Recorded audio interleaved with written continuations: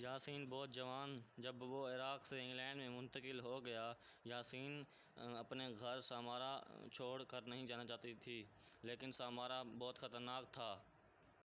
اس کے ابو نے کہا کہ انگلینڈ ایک کثیر ثقافتی جزیرہ ہے، جہاں سارے نسل اور مذہب کے لوگ ایک دوسرے کے ساتھ خوشگوار کام کرتے ہیں۔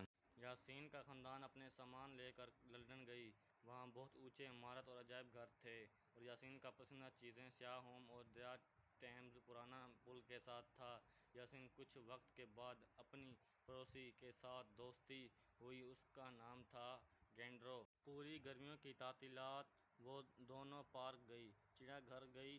گینڈرو نے یاسین کے ساتھ اپنے کھلونے کھیلنے دیا اور اپنے پسندیدہ سپر ہیرو کے بارے میں بتایا، اور دونوں نے یاسین کی باغ میں کیمپ بنایا۔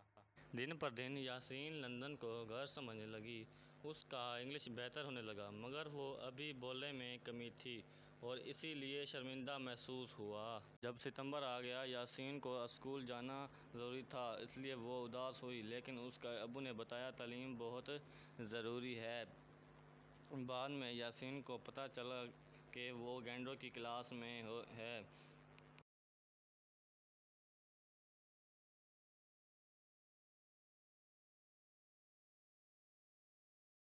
اگلا دن گینڈرو اور یاسین ایک دوسرے کے ساتھ اسکول گئے، اور گینڈرو نے کھیل کا میدان، استاد، مزاحیہ لڑکوں اور خوبصورت لڑکیوں اور قارئین کے بارے میں بتایا۔ یاسین کبھی قارئین کو نہیں دیکھا، لیکن گینڈرو بہت دلچسپ تھا، تو وہ ضرور اچھا ہوگا۔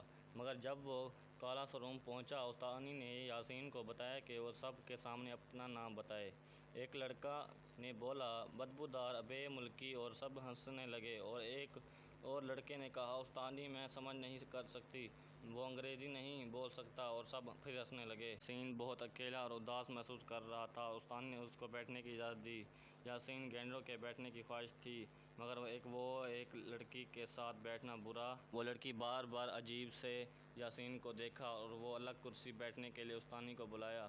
جب گھنٹی بج گئی، سب اپنے کوٹ پہن کر کھیلنے کے میدان میں گئے، مگر استانی یاسین کو بلایا تاکہ وہ اس کو ایک بیج دے سکے جس کے اوپر یاسین کا نام لکھا تھا۔ "اب سب آپ کا نام فوراً سیکھ لیں گے"، استانی نے کہا۔ یاسین نے اپنے دماغ میں سوچا، "اب سب مجھ پر اور ہنسیں گے"۔ جب وہ باہر گیا، ایک چھوٹا لڑکا گبرالی سنہری بال کے ساتھ یاسین کو لڑکی کا نام کہا، اور یاسین اس کو سمجھانے کا موقع نہیں دیا، اور پھر سب ہنسنے لگے۔ یاسین گرجنا چاہتا تھا، "سلام یاسین"۔ یاسین پیچھے دیکھ کر اینڈرو کو دیکھا۔ اینڈرو نے دوسرے بچے دیکھ کر کہا، "آپ سب سے کیا ہوا"۔ "میں نے اپنے دوست یاسین کو بتایا کہ اسکول بہت اچھا ہے، آپ اس کا پہلا دن برا کیوں بنا رہے ہیں"۔ "وہ ہم سے الگ ہیں"، ایک لمبی لڑکی نے بولا۔ "تو آپ بھی الگ ہیں، آپ پورا اسکول میں سب سے لمبی ہیں، اور جب لوگ آپ کے بارے میں مذاق بناتے ہیں، آپ اداس ہو جاتی ہیں"۔ اور اب اینڈرو گبرالی بال لڑکا کو دیکھ رہا تھا۔ "آپ اداس ہوتے ہیں جب لوگ آپ کا بال لڑکی کا بال بولتے ہیں، ہم سب الگ ہیں، اور اگر ہم سب ایک دوسرے کی طرح ہوتے ہیں تو زندگی کیسی ہوگی"۔ سارے بچے خاموش ہو گئے۔ پھر یاسین اپنا سر اونچا رکھ کر مسکرایا اور کہا، "بورنگ"۔ "بالکل، بہت بورنگ"۔ اینڈرو بھی مسکرایا۔ پھر سارے بچے ایک دوسرے کے ساتھ کہا، "بہت بورنگ"۔ اینڈرو نے کہا کہ یاسین کئی طرح لگ رہا ہے، کیونکہ وہ ہاٹ ڈاگز کو نہیں پسند کرتا۔ سب ہنسنے لگے اور سب کو بتایا وہ چیز جو ان کو الگ بناتے ہیں۔